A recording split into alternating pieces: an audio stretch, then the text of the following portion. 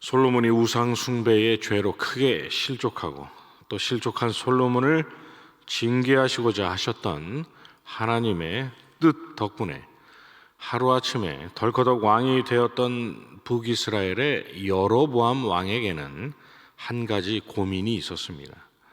어찌어찌 하여 자기가 북이스라엘의 왕이 되기는 했는데 솔로몬이 지은 하나님의 성전은 북이스라엘이 아닌 남유다 예루살렘에 있으니 백성들이 제사를 드린다고 예루살렘을 왕래하다 보면 그들의 마음이 자기에게서 떠나 다윗의 손자 르호보암에게 돌아갈까 봐, 그래서 자기를 죽이고 다시 북이스라엘이 르호보암의 백성이 될까 봐서 그가 전전긍긍했던 것입니다. 그래서 금송아지 둘을 만들어서 하나는 단에 두고 하나는 베델에 둔 채 이것이 너희를 애굽에서 건진 너희의 신이라고 하면서 백성들에게 이것들의 제사를 드리면 되니 예루살렘에 왔다 갔다 할 필요가 없다라고 선포했던 것입니다. 그리고 레위 자손들이 아닌 자들로 멋대로 제사장들로 삼고 또 하나님께서 명하시지 않은 절기를 자기 멋대로 정해서 백성들로 하여금 그 송아지에게 제사를 드리게 했던 것이죠. 그렇게 하면 대대손손 자기에게 쥐어진 그 왕위를 지켜나갈 수 있을 거라 그가 생각했던 것입니다. 오늘 우리가 읽은 본문에서 르호보암의 아들인 아비야가 80만이라는 자기들의 수의 2배에 달하는 북이스라엘과의 그 전투를 앞두고도 그가 담대히 조금도 주눅들지 않은 채 승리를 확신했던 이유가 바로 여기에 있었습니다.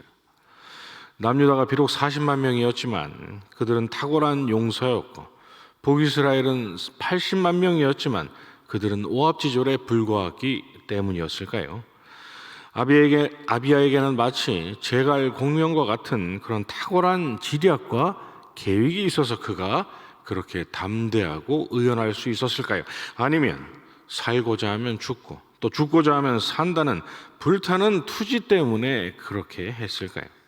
그렇지 않습니다.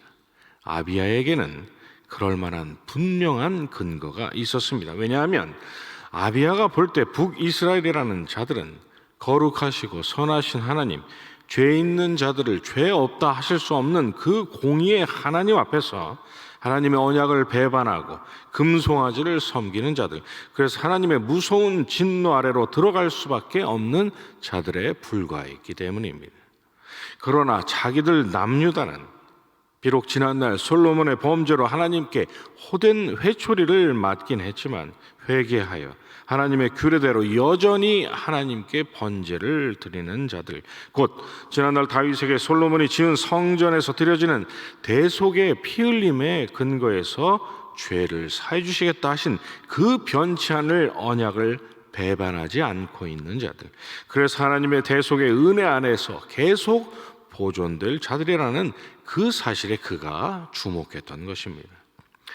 군사적인 지략이나 계략이나 어떤 투지가 아니라 하나님께서 주신 언약을 배반했는지 아닌지, 그래서 그 언약의 은혜 안에 있는지 없는지, 그것이 북이스라엘과 남유다의 운명을 가르게 될 거라는 분명한 확신이 아비야에게 있었던 것입니다. 승리와 구원에 대한 그의 확신은 자기 자신이 아니라 철저하게 전능하실 뿐만 아니라 신실하신 하나님, 그리고 신실하실 뿐만 아니라 전능하신 하나님께 근거했던 확신이었던 것이죠. 그 확신이 아비야로 하여금 무려 2배가 많은 적 앞에서도 이처럼 의연한 모습을 가질 수 있도록 했던 것입니다.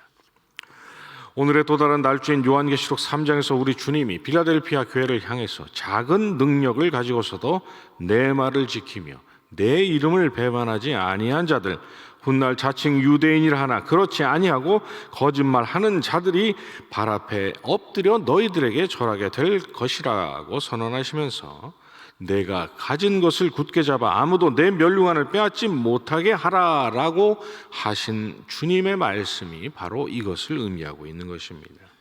무엇을 말씀하고 있는 것입니까? 오늘의 또 다른 날조 요한복음 2장에서 가나의 혼인잔치 연회장에 있던 돌 항아리 6개, 밥을 먹기 전에 그 항아리에 담긴 물로 손을 씻으면 하나님 앞에서 흠없고 정결한 자로 설 수 있다고 믿었던 그 유대인들이 아니라 그 물을 포도주로 바꾸신 분이 십자가 위에서 흘리신 그 보혈이 하나님 앞에서 정결하게 할 오직 유일한 방편임을 믿고 있는 너희가 하나님 앞에서 흠없는 자로 서게 될 진짜 유대인이라는 것입니다. 내가 하나님 앞에 하나님께서 명하신 율법을 빠짐없이 지켰다 자부하고 하나님께서 기뻐하실 만한 이러저러한 일을 했으니 구원을 얻을 수 있을 거라고 착각하고 있던 그들이 아니라 하나님께서 보내신 이 곧 예수 그리스도가 오직 유일하신 그 구주이심을 믿고 있는 너희가 마지막 날 부끄러움을 당하지 않고 멸망당하지 않으며 영생을 누릴 자들이라는 것이죠. 그러니 오늘 본문에 등장하는 아비야처럼 연약한 너희 자신 바라보면서 이런 내가 천국에 갈 수 있을까라고 흔들리지 말고 그 아비야처럼 지금껏 계획하시고 선포하시고 맹세하시고 언약하신 일 중에서 이루지 못하신 것이 단 하나도 없으신 전능하시고 신실하신 하나님께서 어찌 나를 구원하지 못하시겠는가? 그분이 어찌 나를 버려서 스스로 그 변치 않을 소금 언약을 파기하실 리가 있겠냐는 사실에 주목하고 확신하면서 영생에 면류관을 쓰는 그날까지 그 구원의 확신을 의연하게 붙잡고 견고히 서서 나아가라는 것입니다. 그러니 여러분, 하나님께서 허락하신 이 땅의 삶이 구원의 확신으로 말미암은 그래서 세상이 감당하지 못할 힘있고 의연한 삶이 되시기를 원한다면 여러분 자신이나 여러분 자신의 작은 능력 바라보지 마시고 하나님께서 그리스도로 말미암아 주신 그 소금 언약 그리고 그 소금 언약의 실체이신 예수 그리스도께서 흘리신 무한한 보혈의 능력을 바라보시기 바랍니다. 여러분이 실족하여 하나님께서 만약에 징계를 하신다면 겸비하게 무릎을 꿇고 회개를 하실지언정 낙심하지 마시고 누가 구원을 얻을 수 있겠냐고 물었던 제자들에게 사람으로서는 할 수 없으되 하나님으로서는 그렇지 아니하니 하나님으로서는 다 하실 수 있느니라 하시고 그들에게 내가 그들에게 영생을 주노니 영원히 멸망하지 아니할 것이요 또 그들을 내 손에서 빼앗을 자가 없느니라. 그들을 주신 내 아버지는 만물보다 크심에 아무도 아버지 손에서 빼앗을 수 없느니라고 친히 확증하신 우리 미쁘신 주님을 바라보시기 바랍니다. 왜 그래야 합니까?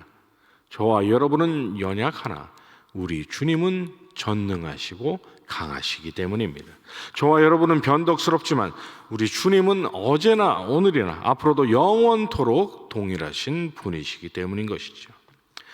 오늘 본문에 등장하는 아비야뿐만 아니라 저와 여러분도 야, 너 같은 자가 구원을 얻을 수 있겠느냐라고 속삭이는 원수를 향해서 하나님께서 내게 예수 그리스도가 오직 유일한 구주임을 믿는 믿음을 주셨으니 성령께서 그런 나를 십자가에서 피 흘려 죽으시고 3일 만에 다시 사신 우리 주님과 연합하게 하셨으니 그래서 그분께서 당하시고 행하신 일이 내가 당하고 행한 일이 되게 하셨으니 내가 아니라 그분 때문에 나는 반드시 이기고 반드시 산다고 말하시기 바랍니다. 그러나 너와 너의 수하들은 주님으로 말미암은 그 하나님의 놀라우신 은혜 밖에 있으므로 너희는 반드시 패망할 자들이라고 당당하게 외칠 이유가 저와 여러분에게도 있는 것이죠. 죄를 짓고도 뻔뻔하라는 말이 아닙니다. 니골라당과 또 구원파 그런 이단들이 말하는 것처럼 이미 구원의 약속을 받았으니 이 땅에서 맘 놓고 죄를 지으며 살아도 된다라고 말하고 있는 것이 아닙니다. 내가 속히 오리니 내가 가진 것을 굳게 잡아 아무도 내 면류관을 빼앗지 못하게 하라 하신 우리 주님의 말씀처럼 창세전에 세우시고 이제껏 단 한 번도 변한 적이 없고 앞으로도 변할 일이 없는 예수 그리스도를 구주로 믿는 자들을 구원하시겠다고, 그들을 생명책에서 결단코 지우지 않으시겠다고 하신 하나님의 변치 않으실 그 소금 언약, 그걸 바라보시고 그걸 붙잡으시면서 구원의 확신을 이 땅에서 빼앗기지 말고 사시라는 말씀입니다. 우리가 왜 그래야 합니까? 우리의 구원의 확신이 흔들리면 우리의 구원 자체가 불안하고 또 불투명해지기 때문입니까? 구원의 확신을 우리가 붙잡지 않으면 주님께서 우리의 잡으신 손을 행여라도 놓으실 수 있기 때문입니까? 그렇지 않습니다. 우리가 가져야 할 그 구원의 확신이 얼마나 견고한지에 따라서 저와 여러분의 이 땅에서의 순례의 삶의 감사와 찬양, 그리고 기쁨과 행복, 그리고 헌신과 열심의 질과 수준을 결정하기 때문입니다.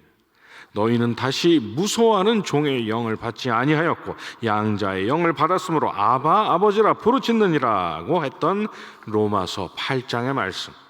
하나님이 우리에게 주신 것은 두려워하는 마음이 아니요 오직 능력과 사랑과 절제하는 마음이니라고 말씀하고 있는 디모데후서 1장의 말씀. 그리고 그러나 의를 위하여 고난을 받으면 복이 있는 자니 그들이 두려워하는 것을 두려워하지 말며 근심하지 말라고 한 베드로전서 3장의 말씀처럼 그러한 두려움이란 하나님의 소금 언약 안에 있는 사람들이 가질 만한 것이 아닙니다.